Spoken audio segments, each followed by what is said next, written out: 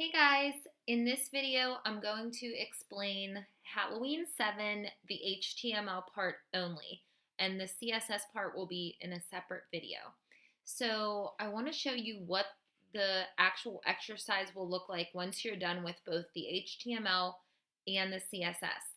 So this is what it will look like. You will be able to hover over each of these horizontal navigation bar links here. They will turn gray.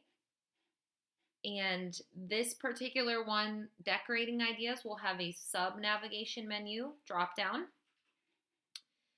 And they will all link to pages that don't exist yet. And there will also be a vertical navigation menu with the links that we already have in the Halloween exercise. And we're not going to make changes to any of this down here. We're only working on the navigation menus in this exercise. So when we last left off with Halloween 6, this is what our page looked like.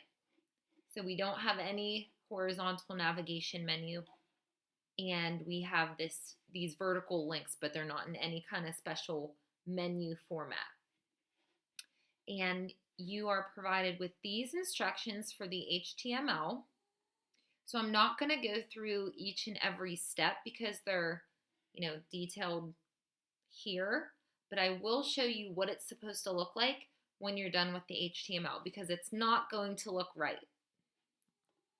Okay, so when you're done with the HTML steps before you get to the CSS, your page should look like this. So clearly this isn't right.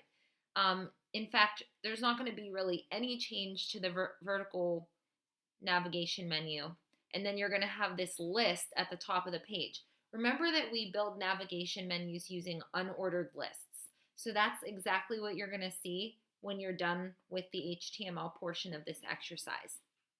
So just to kind of recap what I did, because navigation bars are essentially just nested lists, I created a navigation semantic element right below the header and above the main for the horizontal navigation menu.